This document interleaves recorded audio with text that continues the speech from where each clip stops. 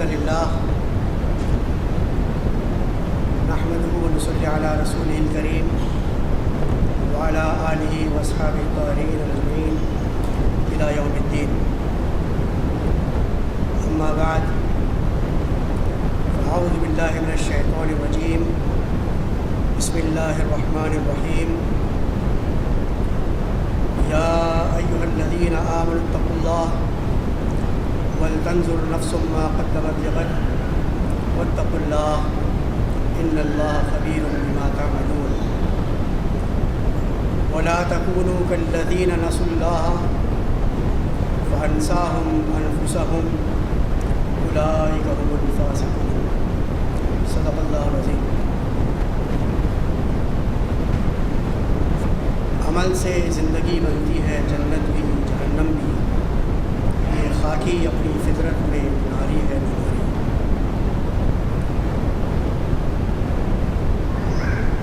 محترم اور معزز ترین خواتین و حضرات،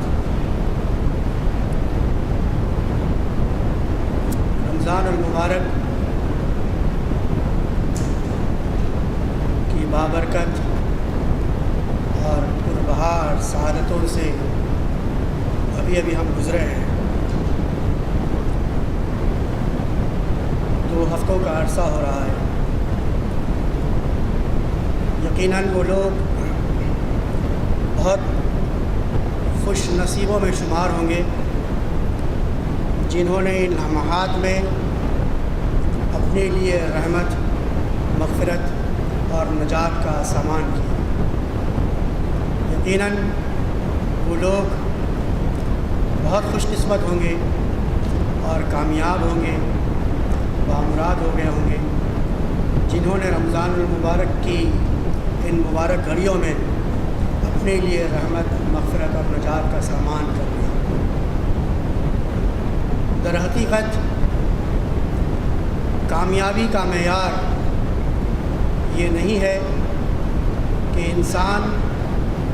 کتنا دولت مند ہے یا اس معاشرے کے اندر اس کی کیا عزت ہے، اس کا کیا مقام ہے، اس کا کیا جاہ و جلال ہے. بلکہ اسلام نے کامیابی کا،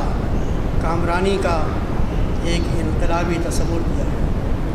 قرآن مجید میں اللہ تبارک و تعالیٰ نے ارشاد فرمایا، ان اکرمکم عند اللہ اتقاکم.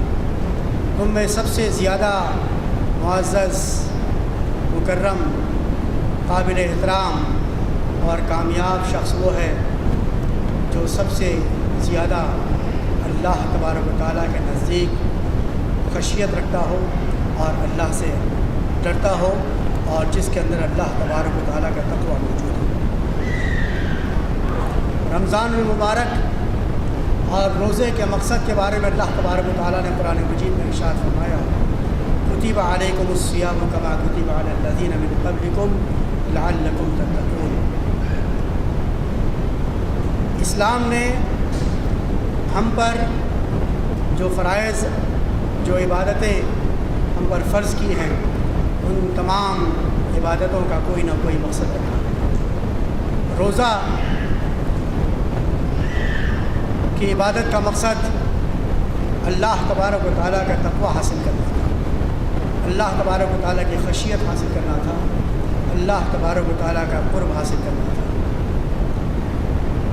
لیکن یہ بات بڑے ہی افسوس کے ساتھ میں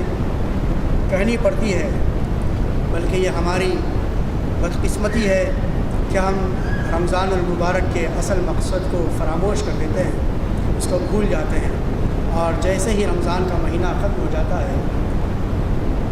مسلمانوں کی ایک بڑی تعداد، کثیر تعداد کا معاملہ یہ ہوتا ہے، وہ مسجدوں سے ایسے غائب ہو جاتے ہیں جیسے گدھے کے سر سے سینگ. ان کا یہ عالم ہے کہ رمضان کے مہینے میں جو کیفیت ہمارے اندر تھی، عید کے دن سے ہی وہ کیفیت بدلنی شروع ہو جاتی ہے اور بدل جاتی ہے. اس کی اصل وجہ یہ ہے کہ عبادت ہمارے لیے رسم کی حیثیت رکھتی ہے اور عبادت کی روح ہمارے اندر پیدا نہیں ہوتی، یا عبادت کی روح کو ہم سمجھ نہیں پاتے اور اس کی روح کو ہم نے اپنے اندر جاگزی نہیں کیا ہوتا، جس کی وجہ سے عبادت کی ایک رسم ادا ہو جاتی ہے اور پھر اس کے بعد پھر ہم جیسے تھے ویسے ہی ہو جاتے ہیں، جیسا کہ ابھی ہمارے کنوینر صاحب نے ایک مثال دے کر آپ کو سمجھانے کی کوشش کی۔ رمضان کے بعد دراصل ہم کو اپنا جائزہ لینا چاہیے، ہم کو اپنا احتساب کرنا چاہیے، ہم کو اپنا محاسبہ کرنا چاہیے، اور اگر ہم اپنا محاسبہ نہ کریں گے تو کوئی نہیں جو ہمارا محاسبہ کر کے ہمارے سامنے ہمیں اپنا آئینہ دکھائے۔ رمضان کے فوراً بعد ہم اپنا جائزہ لیں، اپنا محاسبہ کریں اور اللہ تبارک و تعالیٰ کی طرف بار بار اسی طرح سے رجوع کرنے کی کوشش کریں جس طرح سے ہم رمضان کے مہینے میں اللہ تبارک و تعالیٰ کی طرف رجوع کرنے کی کوشش کرتے رہیں۔ رمضان کے فوراً بعد ہمیں اللہ تبارک و تعالیٰ کی عائد کردہ ذمہ داریوں کو ادا کرنے کی کوشش کرنی چاہیے، اور ہمیں اپنا فرض منصبی جو ہمیں اللہ تبارک و تعالیٰ نے بتایا ہے اس فرض منصبی کو پہچاننے کی کوشش کرنی چاہیے اور اس کی ادائیگی میں ہمیں تندہی کے ساتھ میں لگ جانا چاہیے۔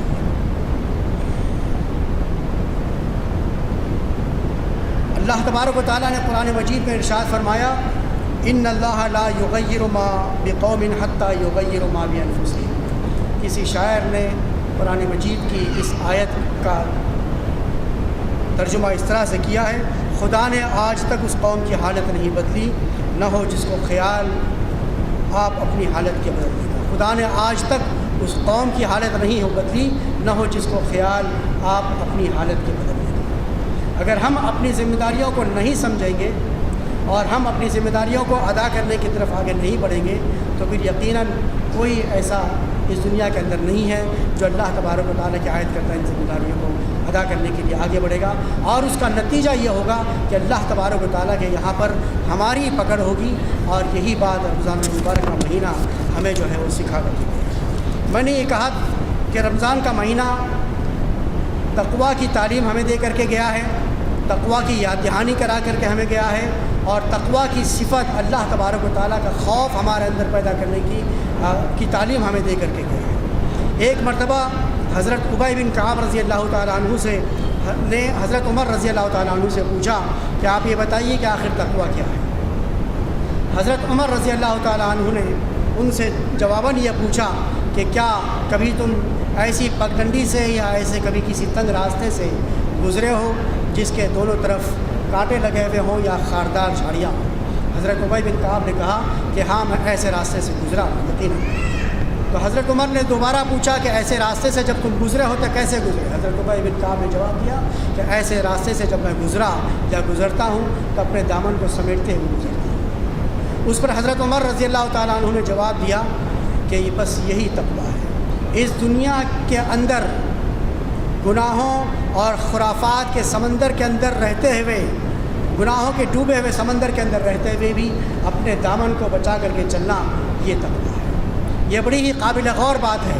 حضرت عمر رضی اللہ تعالیٰ عنہ کے کہنے کا منشا یہ نہ تھا کہ اگر خزاں کا موسم ہے، پتجھڑ کا موسم ہے، اگر چاروں طرف کانٹے لگے ہوئے ہیں تو تھوڑا انتظار کرو اور بہار کا موسم آ جانے دو، اس کے بعد اس راستے سے گزرو۔ انہوں نے یہ نہیں کہا کہ انتظار کرو۔ تقویٰ کا تعلق انتظار کی گھڑیاں بتانے سے نہیں ہے، تقویٰ کا تعلق میدان عمل میں کود جانے سے ہے۔ جو لوگ اپنے گھروں میں بیٹھ کر کے تقویٰ کے آنے کا انتظار کرتے ہیں اور تقویٰ کے انتظار میں گھڑیاں بتاتے ہیں، وہ جو کچھ بھی تقویٰ ان کے پاس باقی رہ جاتا ہے وہ بھی ہاتھ سے نکلنا شروع ہو جاتا ہے۔ تقویٰ کا تعلق میدان عمل سے ہے۔ میدان عمل میں کودیے، آپ کے اندر تقویٰ خود بخود آتا چلا جائے گا، آپ کے اندر اچھائیاں بڑھتی چلی جائیں گی اور آپ کے اندر سے جو ہے برائیاں نکلتی چلی جائیں گی اور ختم ہوتی چلی جائیں گی۔ تقویٰ در حقیقت ہوش مندی اور خدا ترسی کا نام ہے۔ میں ہوش مندی اس لیے کہہ رہا ہوں کہ تقویٰ جس انسان کے اندر ہوتا ہے، خدا خوفی جس انسان کے اندر ہوتی ہے، خدا کا خوف جس انسان کے اندر پایا جاتا ہے، وہ ہمیشہ ہوش مند رہتا ہے، وہ بے ہوشی کے عالم میں کبھی زندگی نہیں گزارتا۔ میں نے قرآن مجید کی آیت شروع میں تلاوت کی جس میں اللہ تبارک و تعالیٰ نے ارشاد فرمایا، وَلَا تَكُونُوا كَالَّذِينَ نَسُوا اللَّهَ فَأَنسَاهُمْ أَنفُسَهُمْ۔ دیکھو تم ان لوگوں کی طرح نہ ہو جانا جنہوں نے اللہ کو بھلا دیا اور انہوں نے گویا اپنے آپ کو بھلا دیا۔ جو لوگ اللہ تبارک و تعالیٰ کو بھلا دیتے ہیں وہ گویا اپنے آپ کو بھی بھلا دیتے ہیں۔ جو اللہ کو بھلا دیتے ہیں، اللہ کو فراموش کر دیتے ہیں، انہیں یہ احساس بھی نہیں ہوتا، انہیں یہ یاد بھی نہیں ہوتا کہ انہیں زندگی کس راستے میں گزارنی چاہیے تھی، کس راستے میں کس کو گزارنی تھی زندگی، اور وہ کس راستے میں اپنی زندگی کو گزار رہے ہیں۔ ایک زرخیز زمین بھی جو ہے اس وقت تک بیکار ہوتی ہے جب تک اس کے اندر بیج نہ بویا جائے اور اس کے اندر پانی نہ ڈالا جائے۔ جب زرخیز زمین کے اندر بھی جب بیج بویا جاتا ہے، پانی ڈالا جاتا ہے، تب جا کر اس کے اندر جو ہے لہلاتی ہوئی کھیتی ہمیں جو ہے نظر آتی ہے اور وہ سرسبز و شاداب ہو جاتی ہے۔ اسی طرح سے تقویٰ کا معاملہ ہے۔ جس انسان کے اندر تقویٰ ہے، خدا خوفی ہے، اس کی زندگی جو ہے وہ لہلہاتی ہوئی کھیتی کے مانند ہے، اور جس کی زندگی سے تقویٰ نکل جاتا ہے، خدا خوفی جس کے اندر نہیں ہوتی، وہ اپنی زندگی کے اندر جو ہے وہ اس کی زندگی بالکل جھاڑ جھنگار جیسی ہوتی ہے اور لہلہاتی ہوئی زندگی نہیں ہوتی، بلکہ وہ اپنی منمانی زندگی گزار رہا ہوتا ہے اور وہ ادھر ادھر کے تھپیڑے کھا رہا ہوتا ہے۔ وہ طاغوت کا غلام بن جاتا ہے اور شیطان اس کو ہر لحاظ سے جو ہے ہمیشہ گھیرے رکھنے کی کوشش کرتا ہے اور اسے گھیرے رہتا ہے۔ رمضان المبارک کا مہینہ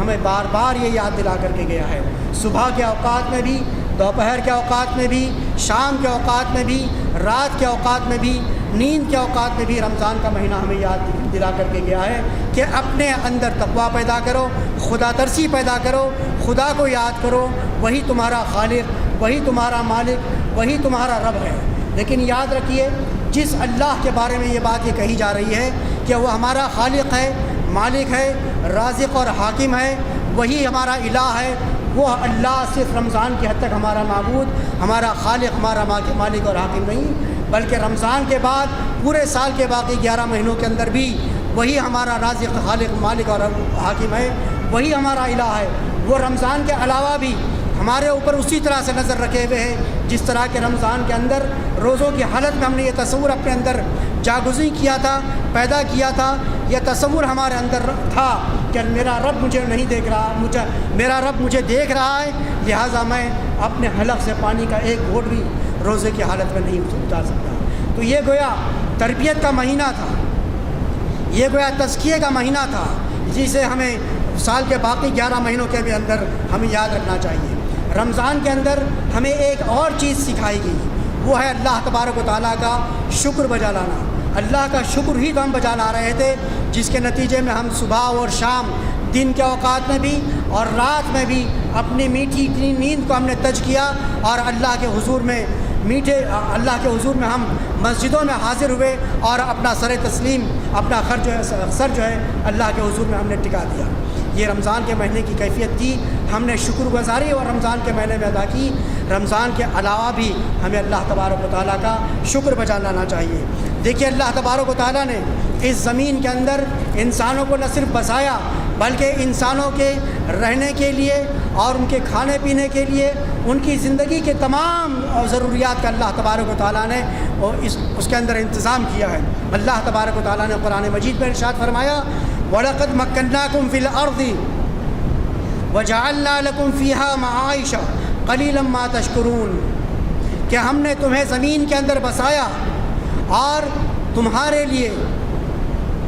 معیشت کا انتظام کیا، یعنی تمہارے کھانے پینے اور تمہاری ضروریات زندگی کا انتظام کیا، لیکن بہت کم تم اللہ کا شکر بجا لاتے ہو۔ رمضان کا مہینہ ہمیں یہ سکھا کر گیا ہے کہ ہم جہاں تقویٰ اپنے اندر پیدا کریں، وہیں پر ہر وقت اللہ تبارک و تعالیٰ کا شکر بجا لانے کی کوشش کریں۔ اللہ تبارک و تعالیٰ نے یہ زمین ہمارے لیے آباد کی اور اس کے اندر بے شمار نعمت اللہ تبارک و تعالیٰ نے ہمارے لیے رکھی ہیں، اور جب سے اللہ تبارک و تعالیٰ نے اس زمین میں انسان کو بسایا، اس وقت سے لے کر آج تک یہ زمین اپنے خزانے انسانوں کے لیے کھول رہی ہے اور اپنے خزانے انسانوں کے لیے اگل رہی ہے، اور انسان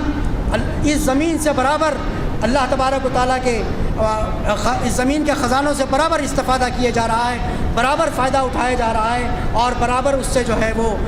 فائدہ حاصل کیے جا رہا ہے، لیکن انسان اللہ تبارک و تعالیٰ کا شکر بجا نہیں لاتا۔ رمضان نے ہمیں یہ یاد دلایا کہ ہم اللہ تبارک و تعالیٰ کا شکر بجا لائیں۔ پھر دوسری بات، انسان کی فطرت یہ ہے، اللہ تبارک و تعالیٰ نے انسان کی فطرت کے اندر یہ بات ڈالی ہے کہ وہ اللہ تبارک و تعالیٰ سے، اپنے خالق سے، اپنے مالک سے ہدایت طلب کرے۔ چنانچہ ہم لوگ اپنی نمازوں کے اندر اللہ تبارک و تعالیٰ سے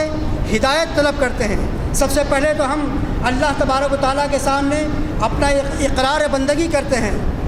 اور ہم یہ کہتے ہیں کہ ایاک نعبد و ایاک نستعین، کہ اے ہمارے رب، ہم تیری ہی عبادت کرتے ہیں اور ہم تجھی سے مدد مانگتے ہیں۔ اور پھر ہم کہتے ہیں کہ اہدنا الصراط المستقیم، اے ہمارے مالک، اے ہمارے خالق، تو ہمیں جو ہے ہدایت کا راستہ بتا، سیدھا راستہ بتا۔ اس کے نتیجے میں ہماری دعا کو قبول کرتے ہوئے اللہ تبارک و تعالیٰ پورا قرآن مجید ہدایت کے طور پر ہمارے سامنے رکھ دیتا ہے، اور اللہ تبارک و تعالیٰ کہتے ہیں کہ یہ ہے وہ ہدایت، یہ ہے وہ رہنمائی جس کی طلب تو نے مجھ سے کی تھی۔ تو قرآن مجید وہ ہدایت ہے جو اس رمضان کے مہینے میں اللہ تبارک و تعالیٰ نے ہمارے لیے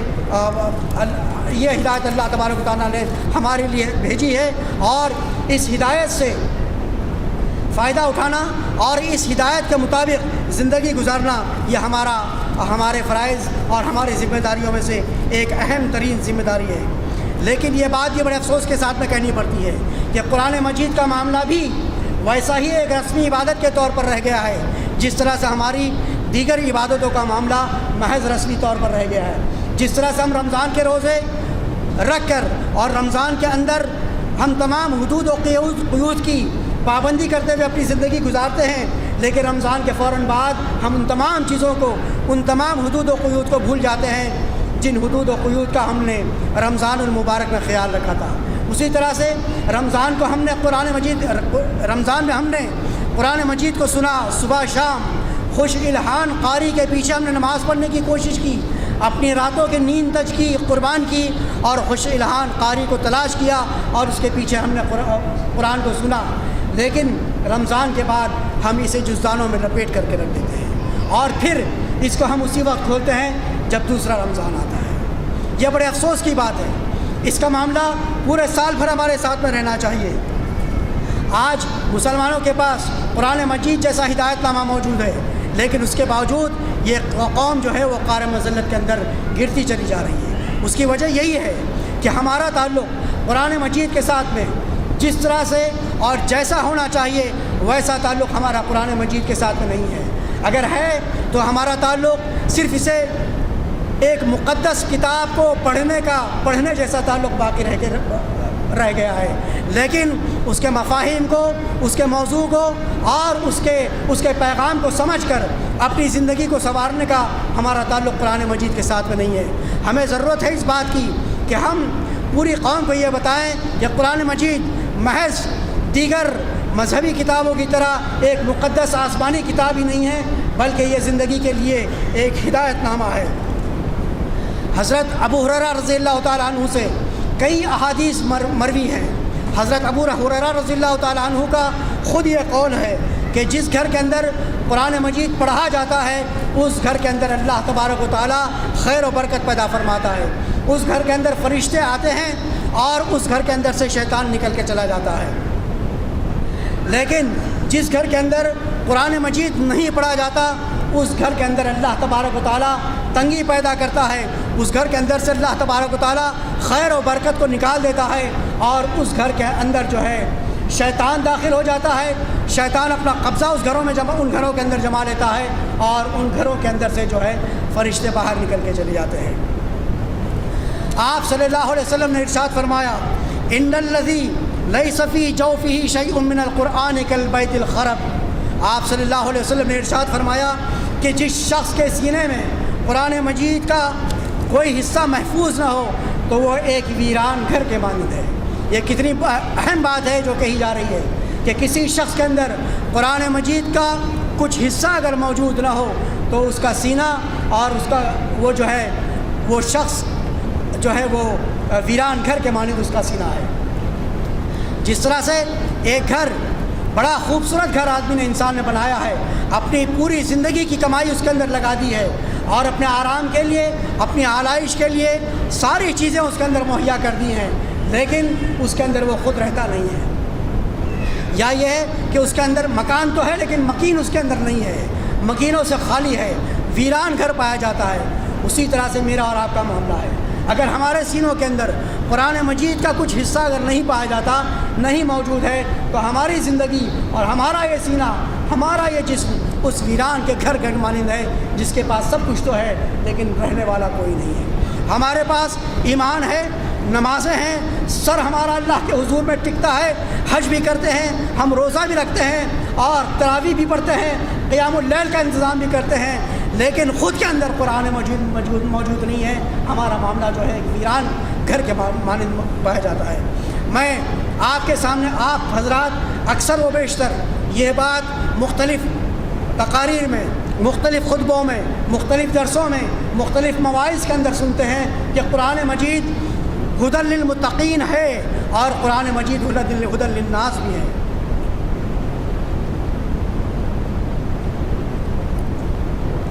لیکن چند ایک موضوعات ایسے ہیں جن پر عام طور پہ گفتگو نہیں ہوتی، یا یہ ہے کہ جس کی طرف توجہ نہیں دلائی جاتی۔ میں قرآن مجید کے ان موضوعات کو آپ کے سامنے رکھنا چاہتا ہوں، اور میں آپ سے درخواست کروں گا کہ آپ تھوڑا سا اس پر غور کیجئے، اس لیے کہ یہاں جو لوگ بیٹھے ہوئے ہیں، مردوں میں بھی اور خواتین کے اندر بھی، وہ ایسے لوگ ہیں جو اسلام کی تعلیمات سے نہ صرف بہرہور ہیں بلکہ اللہ تبارک و تعالیٰ نے جو ذمہ داریاں ان کے اوپر عائد کی ہیں، ان ذمہ داریوں کو ادا کرنے کے لیے اپنی زندگی کے اوقات کو لگاتے ہیں۔ دیکھیے، قرآن ہر زمانے کی کتاب ہے اور پوری دنیا انسانیت کی کتاب ہے، یہ بات سب کو معلوم ہے، ڈنکے کی چوٹ پر کہی جاتی ہے۔ لیکن چند ایک موضوعات پر آپ تھوڑا سا غور کیجئے۔ انسان کو انسانوں کی غلامی سے نجات دلانے والی یہ کتاب ہے، انسان کو انسان کی غلامی سے نجات دلانے والی کی یہ کتاب ہے، بشری اخوت اور انسانی مساوات کی تعلیم دلانے والی یہ کتاب ہے، تمام انسانوں کے لیے عدل و انصاف کا پیغام دینے والی یہ کتاب ہے، عالمی امن و سلامتی قائم کرنے کی تعلیم اس کتاب کے اندر موجود ہے۔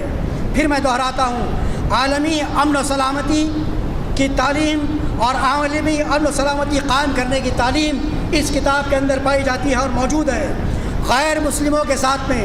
انسانی سلوک کرنے کی تعلیم اس کتاب کے اندر موجود ہے۔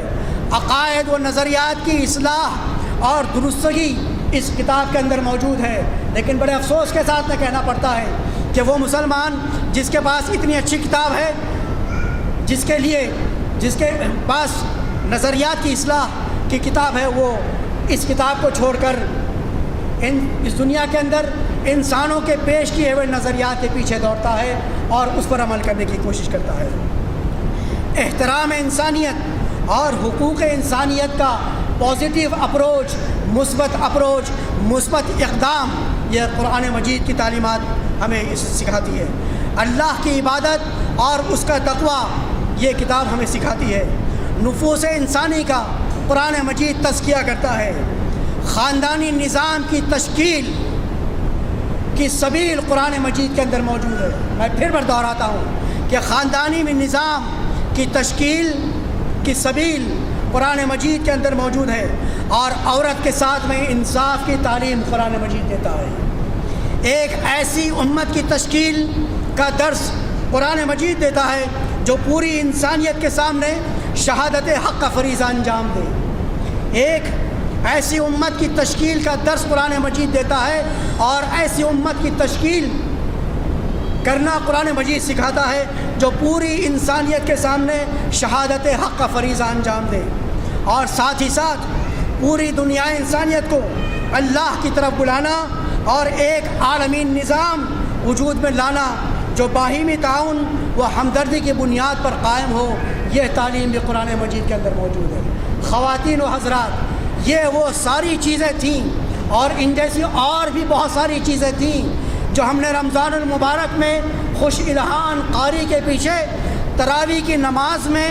اور قیام اللیل میں ہم نے سنا، لیکن بڑے افسوس کی بات ہے کہ یہ سب کچھ ہمارے سر کے اوپر سے گزر گیا۔ کیا یہ حقیقت نہیں ہے کہ یہ سب کچھ ہم نے سنا، لیکن یہ سب کچھ ہمارے سر کے اوپر سے گزر گیا، اور ہر سال یہ سب کچھ ہمارے سر کے اوپر سے گزرتا رہا۔ اور پتہ نہیں آئندہ کتنی تراویح ہم پڑھیں گے اور کتنا قیام اللیل ہم کریں گے۔ میں یہ نہیں کہتا، یقیناً اس کا پورا اجر و ثواب اللہ تبارک و تعالیٰ آپ کو دے گا، ایک ایک رکعت کا، ایک ایک رکوع کا، ایک ایک سجدے کا، ایک ایک قیام کا اللہ تبارک و تعالیٰ یقیناً آپ کو اجر و ثواب دے گا۔ لیکن اس کے نتیجے میں زندگی کے اندر جو نور پیدا ہونا تھا وہ نور پیدا نہیں ہوا، معاشرے کے اندر جو تبدیلی آنی تھی وہ تبدیلی نہیں آتی۔ نتیجہ اس کا یہ ہوتا ہے کہ جیسے ہی عید کی نماز گزر گئی ہم لوگ اسی حالت میں آ جاتے ہیں جس حالت میں ہم رمضان سے پہلے تھے۔ لہٰذا میں ایک سال کے لیے آپ حضرات کو ایک ہوم ورک دے کر کے اپنی بات کو آگے بڑھاؤں گا۔ ہم لوگ اس بات کی کوشش کریں تاکہ ہماری یہ کیفیت قرآن کے ساتھ میں آئندہ رمضان میں نہ ہو جو پچھلے رمضانوں میں رہی ہے۔ وہ ہوم ورک یہ ہے کہ ہر مسلمان مرد اور عورت روزانہ کم از کم ایک رکوع قرآن پاک کی تلاوت سمجھ کر کریں یا ترجمے کے ساتھ میں پڑھیں۔ اور میں اس سے پہلے آپ سے یہ کہنا چاہوں گا